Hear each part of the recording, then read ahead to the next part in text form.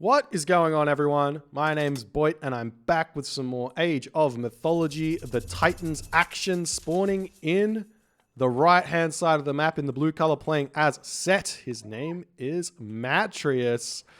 Already doing interesting things here. His opponent today in the red color, playing as Zeus. His name is Daneil.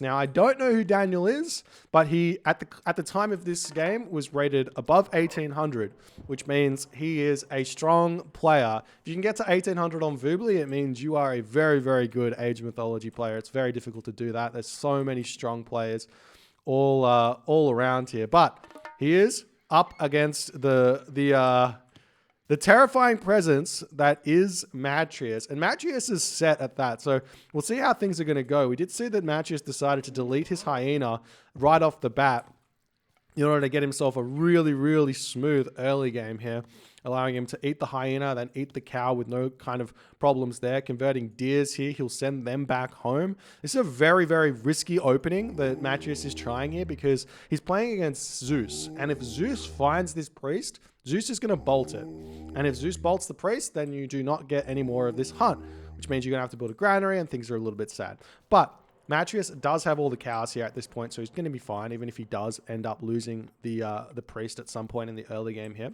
as the lumber camp's getting created, and we're going to start seeing Matreiuss starting up on the food. Look at this. He's already got 3 fishing ships out. This is super efficient. Chopping down the snowy pine here with the pharaoh empowering this town center does help out a lot. And there's that priest getting bolted like we said was going to happen, and the deer coming back in. And the question is going to be, does Matreiuss have enough food here? And the answer is, I don't know. But we'll see how he's going to go. If we can hit this button, we can actually see how much food he's got. Yay. All right. So if we talk about build orders here, we'll start with Zeus first. Zeus wants to do a 4 villager on food, then about 7 to 10 villagers on wood on Midgard. 7 villagers is the low limit. I recommend not going 7 villagers because you're only going to be able to get out between 12 and 15 fishing ships, whereas you want to get out between 18 and 21 on Midgard, depending on how good your fish is. So going up to 10 villages is going to allow you to get that, as well as doing a 5:15 advance time. So we can see that Daneil here, he's only going 7 on wood, which means he might be going all in on land or something, trying to advance a little bit faster than 5:15. It is possible to do like a 4:30 or something with 7 villages on wood here. As we see, the houses getting dropped, everything else is coming out nicely. But Daneil's definitely got some sort of a plan he wants to execute here. Now, Matreiuss, on the other hand, the best build I think that set players can play or do is going to be a 4 villager food, 4 villager wood, 4 villagers on gold, 2 villagers on wood, and then the rest onto food. That's going to allow you to get 5 docks out. That's going to allow you to get 18 fishing ships, and that's going to allow you to get a 5:15 advance time if everything is as smooth as a baby's bottom in terms of your build order. And it is looking like Matreiuss is doing those kinds of things here. He's dropping a granary, maybe unnecessarily. He's got 135 food left in this cow. Maybe he needs it, maybe he doesn't. Temple coming down now. A little bit late. He should have been up by, I would say... Actually, no, I think it's fine. If he's going for 5:15, it's completely fine. So no problems here for Matreiuss in terms of his build. We still haven't seen an advance time just yet. From Daneil, he's going to be advancing fairly soon, though. You can see he's got himself out his 10 fishing ships now. He's still putting more down. There's a second dock coming down for Daneil, as we are seeing Hermes. And it is a slightly faster advance time. It's like 15, 20 seconds faster. He was aiming for a 3:45 here, I think, a little bit delayed, but he gets it, and he's going through Hermes. So I'm a little bit surprised to see this. We'll see what sort of a idea he's going to be having here. He might be looking for like a fast second town center or something as an idea. I'm not sure what else. I would have thought if you go for these fast advance times, Athena's the way to go. Going for like maybe a forward military barracks, hoplites, putting early pressure on, putting a forward dock here into the barracks, into cleaning up these docks nice and fast is a really good idea for Zeus if you want to try that. It means that the set player has to defend a lot harder and all the other good things. As we are seeing still no advance time here from Matreiuss. This is very, very late. And a lot of this does come down to the fact that Matreiuss went for 5 villages on wood first instead of 4 on gold. But Matreiuss does have a ton of docks up already. So it's not like it's going to be that far behind. But if you put it into, I'll put it into this perspective. The faster you advance, the earlier you can get per scene. And for every 3 fishing ships you get, that's an extra, essentially an extra fishing ship you have out with per scene. So if you have 18 fishing ships, that's equal to 6 extra fish being created. So that's the difference. And if you get up 30 seconds faster than your opponent, get per scene, then you're going to have 30 seconds extra of those extra fishing ships than your opponent does. So that's something to keep in the back of your mind when you're thinking about the most efficient way to play on a map like Midgard. As we see Odysseus moving forward, Jason moving forward, the center searching around the sides of the map. We've already got the walls up, we've already got the temple up, and this is Daneil here saying, I'm just going to be a little bit annoying. This gold mine here, is there a weakness in this gold mine? Is there a position that the Odysseus can sit in where, nice micro there from Matreiuss, not overreacting at all here. See the myth units popping out, the tower is up, the houses coming through. Like I said, is there a weakness in this position? And I don't actually think there is. I think these towers both cover this gold mine unless the Odysseus can get in here and start shooting the villagers without being in range. As we see the Wadjet killing off that centaur there. Do we see some ships coming out? No ships coming out from Daneil. Is he going for a fast heroic here? No, he's going for a fast second town center. Okay, fast second town center on Midgard. We'll see if this is going to work. It can be very, very difficult to make this one work here. As we see, well, that's really smart there from Matreiuss. Bringing his Vero over to empower the watchtower. Little known fact, it may be a little known fact, but if you empower a building that shoots, it actually does double the amount of arrows. Technically, 100% bonus on the damage output there. But town center coming down now for Daneil. Do we see any boats coming out for Matreiuss? It looks like Matreiuss is not going for any boats here. He's going to have to react to whatever's coming his way right now. He doesn't know. He's not scouting. The town center is very blind. Daneil might... This is very much could be a fast heroic or a fast second town center. So Matreiuss doesn't really know just yet. He is making some cabinets out here, though. So that's a little bit dangerous considering Skylar are a possibility. So we'll see what he's going to go for. Daneil, he's almost got the resources to advance as well, throwing tons of villagers over onto the gold right now as he's continuing along, getting out some triremes to defend his base here. There's the town center up, and Matreiuss has to go, well, what to do now? Matreiuss has got himself shifting sands. He's got himself a potential ancestors that he can use, a potential scarabs he could use as well. He's also got these barracks up. So maybe he can go for some sort of shifting sands play in the early heroic age here to punish this second town center. He does have about 5 minutes until it pays for itself. So we'll see how that's going to go as the blanket of Empress Zoe coming back into the temple here. 5% extra building crush damage. Going to drop that one in with the dream where that's concerned. As the cabinets sitting back here. Just 2 going to be checking out. These seem like more like scouting cabinets at this point here. No, he's still building more. So more cabinets coming through for Matreiuss. As now Matreiuss is going to... I personally, I don't like these types of plays where you react to your opponent's second town center with getting a second town center. Because what that means is that it would have been better to just get a fast second town center yourself if you thought that this was a thing. But maybe Matreiuss is just a little bit thrown out of sorts here. Not sure exactly what to do as we're starting to see some stables getting thrown down here by Daneil as his Odysseus is going to be pushing this Wadjet back. Should be able to actually get this kill. The Odysseus is at 4.3 speed. Versus the Wadjet. 4.3 speed of the Jason is enough to pick this one off anyways. So he's going to be chasing this one down, and that's a dead, sad Wadjet there as Matreiuss goes, no! But Spearmen are out for Matreiuss, and it looks like he might be getting an early raid here onto Daneil. If he's lucky here. If you take a quick look at Matreiuss' perspective, he's got no idea that this is here, so he's getting very, very lucky with this raid.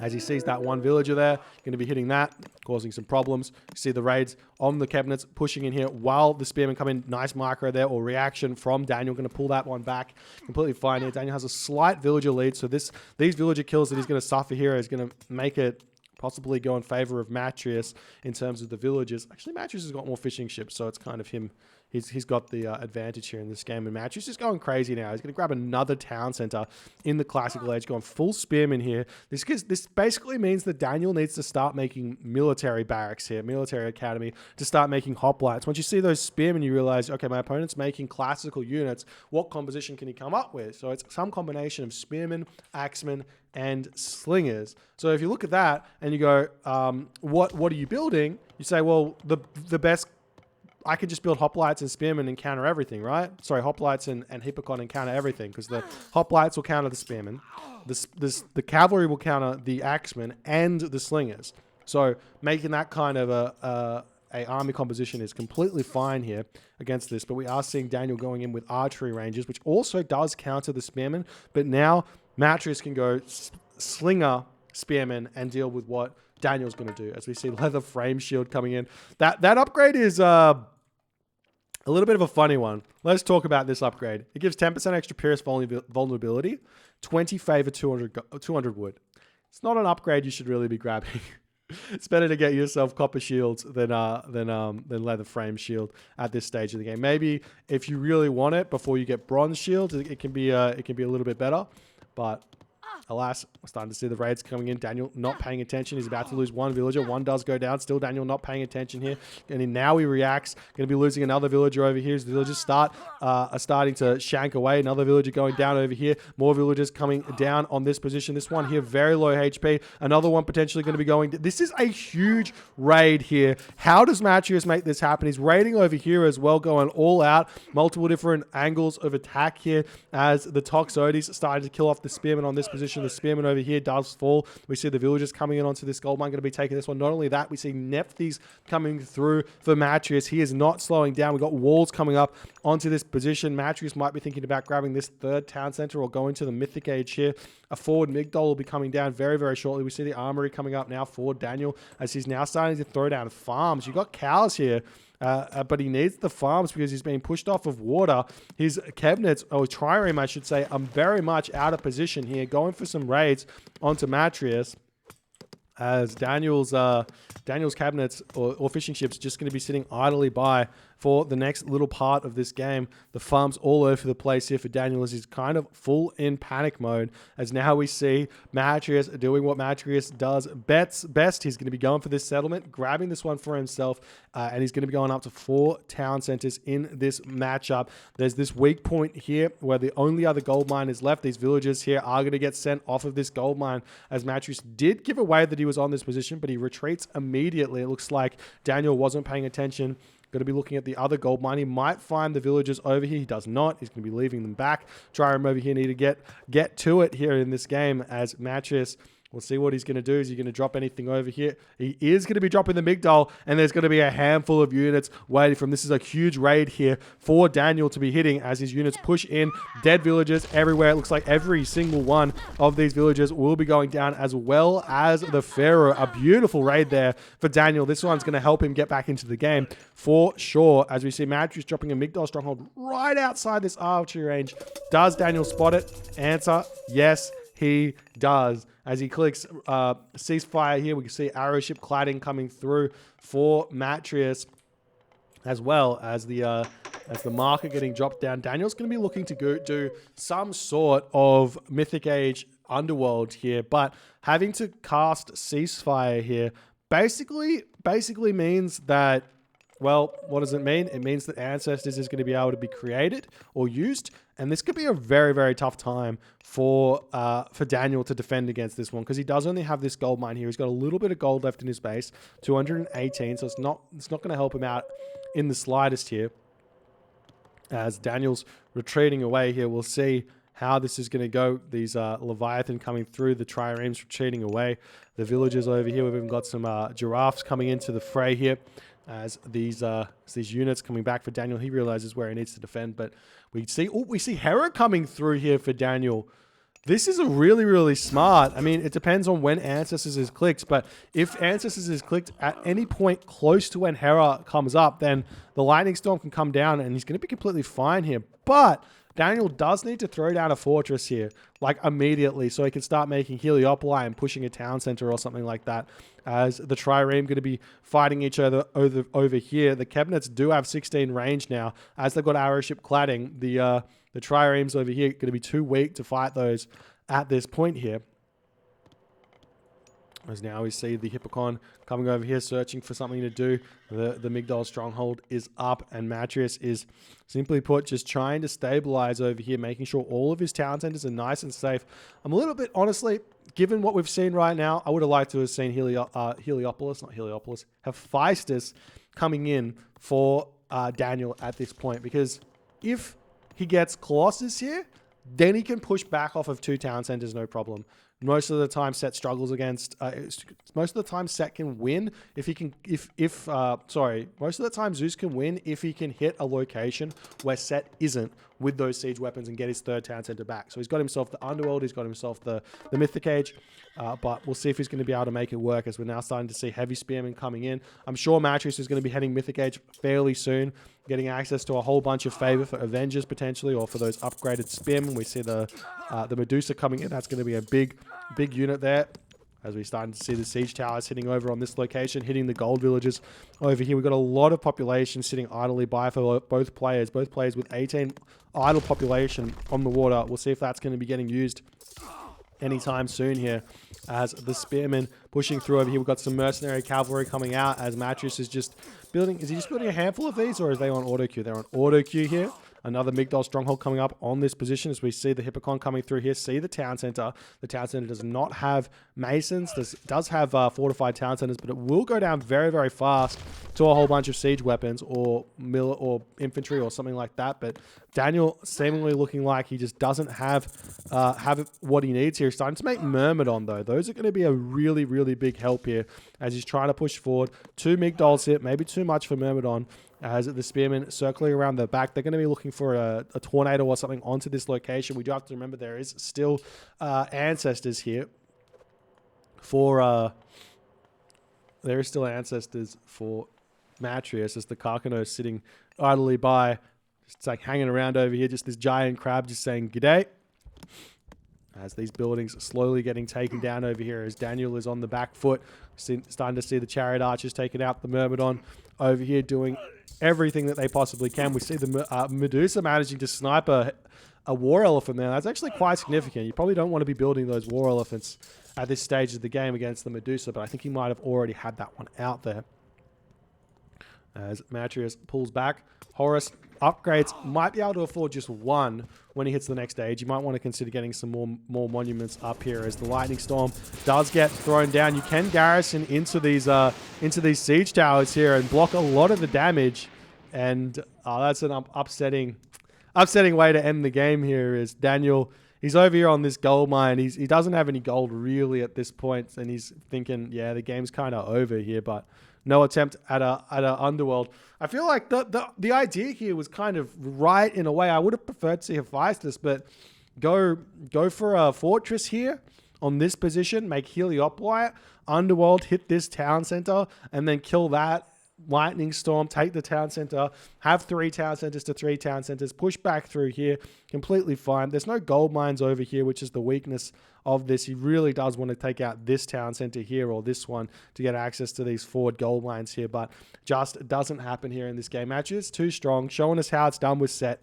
on this map. If you guys enjoyed this game, please consider hitting the follow on the Twitch. If you're on the YouTubes, hit that subscribe button, and I'll see you guys in the next game.